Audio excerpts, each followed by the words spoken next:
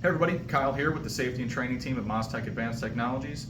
In this video, we're going to be going over how to properly mount to a stone wall that has an uneven surface on it. So let's get started.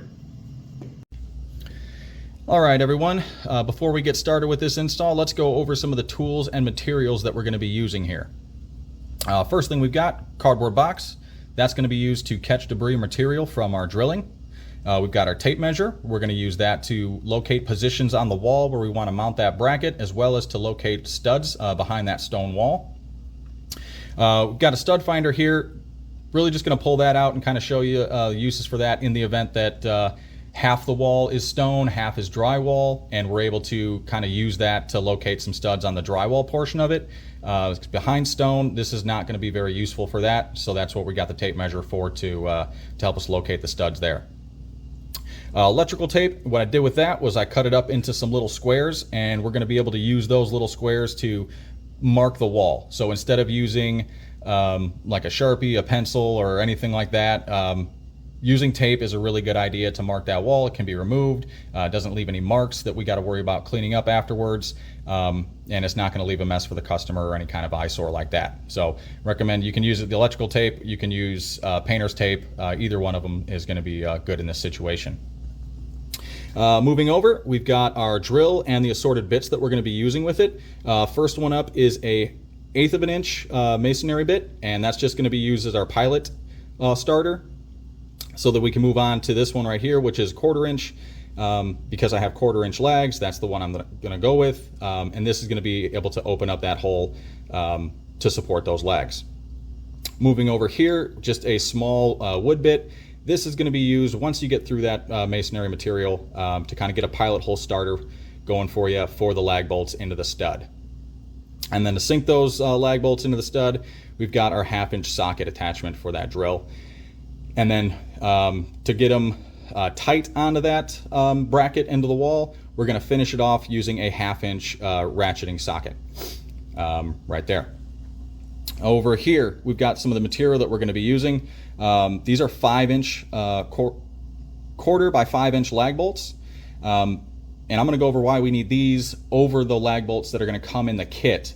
Because we have that additional material to go through, we need to make sure we have additional length on those lag bolts. We've also got some washers right here. These are 1 1/4 inch outside diameter by 5/8 inside diameter washers. They are 1/16 of an inch thick, and they are going to be used to level out the bracket on the wall, because as you can see, or as you will see on the wall, there are going to be some uneven spots because the stone material is not one uniform dimension. There's going to be some places that are protrude further off the wall than others, and those washers are going to be what we use to create that levelness on the wall for us. We've got our torpedo level. We're going to use that to make sure that we do have a level mount, and then we've got our mount right there that we're going to be using for this situation. All right, so there you have the tools and materials that we'll be using here. Now let's get into the install. First thing we're going to be doing is locating our studs on the wall, and there's a couple ways we can do that. One is using a tape measure off of the edge of the wall and measuring off our measurement to find a stud that should be 16 inches on center from that. Another way we can do that is if we're working on drywall, we can use a stud finder to kind of locate that stud for us. Another way we can do that is just a visual search for that. And if the wall happens to have an outlet on it, what you can do is you can take the outlet cover off and look using a flashlight, either on your drill or on your phone. You can kind of get it to where you can see back behind that outlet box, and you can locate a stud which should be on either side of that outlet box. And by doing that, I was able to locate my stud, which is right here on this side of the outlet box. And then what I can do from there is just mark that stud out with a piece of tape that I had cut up. So get that marked on the wall. There's my stud, and then I can bring that up behind my stone wall to locate my stud up here, because that should be going the entire length of the wall there. Another way I can do that, if there wasn't an outlet box there, I can use that stud finder, and this is an edge-to-edge stud finder. So when it locates it, that's just one edge right there. Then I'm going to come in from the other direction. That's my other edge. And we'll get that piece of tape right there. So I have the edges of my stud, and there's my center. Would be right in between those two. In the event that you don't have you're not working with the drywall, and stud finder is not going to work behind the stone, what we can do is measure off with our tape measure. Okay, this is going to give us the location where it should be. Most studs are going to be 16 inches on center, even from the corners inside. Some older homes, they might be on 24, but general practice for all like permitted structures is going to be 16 inches on center. So some things to note on that though, that is on center. If this is drywalled all the way around, you have drywall right here on this side of the wall as well. So what you're going to need to do is account for that. Most situations, drywall is going to be 1/4 inch drywall inside of a home. So to get to the center, you're going to add a 1/4 inch to your measurement. Studs are also 1.5 inches wide, at least on the the width that you're going to be drilling into. So to get to the center of that, you're going to half that 1.5 inches and be at 3/4. So given all your material now, we have 1/4 inch drywall and 3/4 to get to the center of our stud. We're going to measure an extra inch to find the center of the next stud on that wall, if it's just drywall. So we would go from our center, or we'll go right from from here 1/2 inch off, and we're going to measure 17 inches because that gives us an extra inch, and that 17 puts us right in the middle of where our stud should be at. So that's how you can do it if you're just working on drywall and you don't have, you're not able to find the stud using a stud finder. You don't have a visual key like an outlet box that you can take the cover off and look behind to find a stud. That's how you can do it with the tape measure. Now I do have a cross section cut right here, kind of showing you the wall that I'm going to be working on. We've got that stone material, we've got our drywall, and then we've got our stud right there. This is additional material that we need to take into consideration when we're measuring out for our studs. So as you can see here, we have an extra bit of material on top of that drywall before we get to our stud. We're at about 2 inches, on that. And if you're working with any other type of material, some stone facade going around a fireplace or anything like that, you can generally use that 2 inches for additional material as kind of a guideline to locate your studs when you're measuring out to find them on that wall. So generally 16 inches on center, but I have 2 additional inches of material that I'm going to be measuring out for. So I'm going to want to measure out 18 inches to find the center of my next stud. So if I do that from the edge and I go out to my 18 inches, okay, right there, I'll go ahead and mark with a piece of tape on that, 18 inches, okay. I'm again back in line with the center where my stud is at. So those are some ways you can locate studs, not necessarily just having to use a stud finder, but if you have, some type of stone or brick, wall, it still should be framed out behind that with studs 16 inches on center in most situations. So that's how you can do that. All right, so we went over locating our studs. I've got them marked up on the stone wall right here, as well as my center point. So for this video, we just assume this is how big the wall is. We're 48 inches across, we're 24 inches height, so I just found my center point on that. If this is a situation in the customer's home, right, they're going to want it, if they want it centered on the wall, you want to do the same thing, but it's going to be customer preference on that as far as location. So you want to make sure you go over that with the customer as far as where they want the TV height to be and everything like that. So for this one, we're just going to want it right here centered on our wall. I've got that marked out. I've marked my studs going up the wall to the location where about is that I'm going to put this mount. The next thing I'm going to do is put the mount up to the location. And on the uneven surfaces, what you want to do is, you might not be in the exact spot, you might have to move it around a little bit. You're looking for the most the flattest surface that you can get to. So the most even surface around the entire mount that you can kind of find, because it's gonna be different heights all around. So you can see down here, I've got some space between it, but up here I'm pretty flush. Same thing over here, I'm pretty flush on this side, but it's a little low down here. That's fine. This looks like about the most flush this mount is gonna be on this wall. And once we get our holes drilled, which is what we're gonna do next, into our studs, and it looks like with this mount, I'm gonna be able to get a stud in all, if I move it over a little bit, there we go, in all, on both sides of this mount. And then what we're gonna is use those washers that we went over with, use those washers to fill in any kind of gaps to make this mount level all around. All right? All right, now that we've got our holes all drilled, we're ready to throw the mount up and use those the washers to make sure that we have a flush mount across our uneven surface here. First thing that we're going to do with that is get our mount back up there.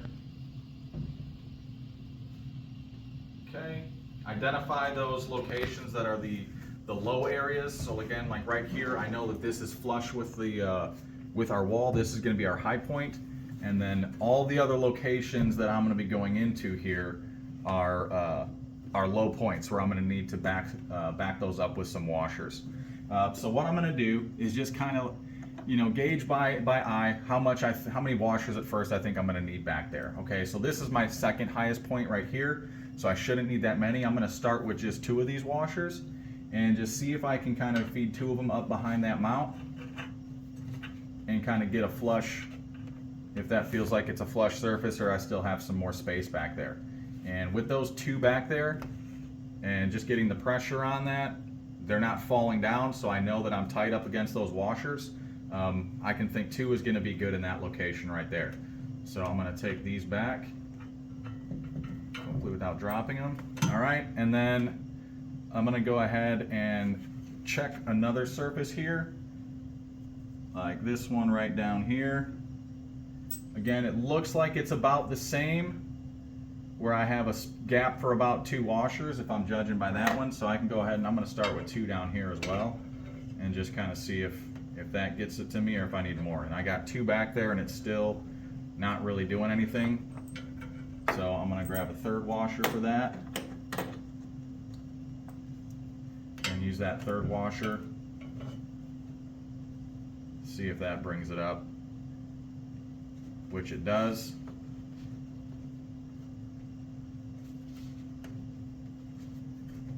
Okay, those stay tight under there. Everything else the same. This is still, there. This still looks like it's got that gap there. So I'm probably going to use 3 washers in that location. And this is all just some preliminary information that we're gathering here. We're going to start by sinking this one in, since this is our high point, and then move around to each location and put the washers up behind it and then sink the lag bolt in to make sure that we're all solid as well. But right now I just want to know about how many washers I'm going to need in each location. So and this is the last spot here. This is the highest point, at least what it looked like, or the lowest point I should say on that wall, where I'll need the most washers. I'm going to start again with 3 just to kind of see if that kind of brings it up, if they're tight, or if I'm going to need a 4th one in this location. Actually 3 looks like it's going to be the number here as well. So it looks like I'm going to do 2 washers up here and then 3 washers on our bottom sections, which are going to be our lowest sections. All right, so first thing we're going to do here, since we got our holes drilled out, this is going to be the first one that we want to sink in. So I'm going to get this lag done here, and I've got it pre-drilled and I've got my pilot hole into the stud. So we're going to just sink this and get it just a little snug there. Don't want to do anything too tight with that yet, because we still want to be able to move the mount around to be able to get our washers back there. I'm going to move over to this next one here. This was one that we were saying was going to need 2 washers. So I'm going to get 2 washers behind this, create that flush surface. I'm going to get my other lag bolt, and we're going to gonna sink in this one.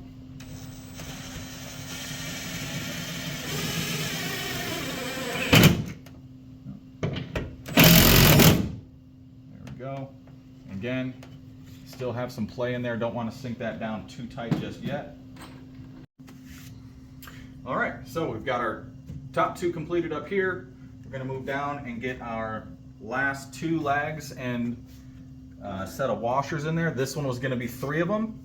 So I'm gonna get those 3 wedged up in there behind the mount and the wall. Get our legs started through there to the stud. And I'm gonna go ahead and just sink this down. Again, don't wanna go all the way.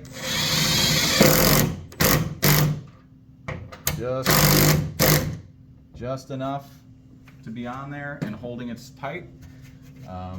This is already a really solid mount right here, and we've got just one left. So let's go ahead and sink this last leg. This was another one that was gonna be 3 washers from our initial check. So I'm gonna get those 3 behind there. Again, feed this through till I get to that stud, and then go ahead and sink this down.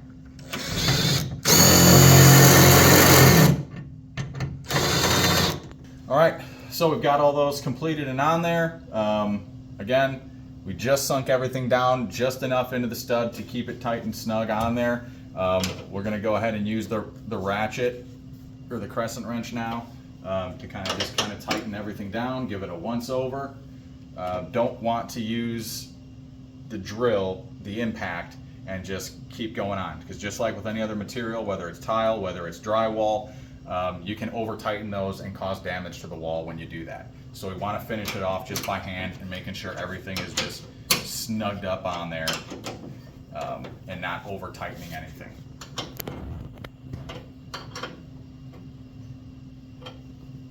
All right. Now our mount is solid on that wall. It is not going anywhere. We're lagged into all the studs. It's flush all around because we've got it backed out with those washers. All right, that's it for doing the TV mount on uneven surface. For more training videos and information, make sure you guys check out the self-service tool in Launchpad. Thank you.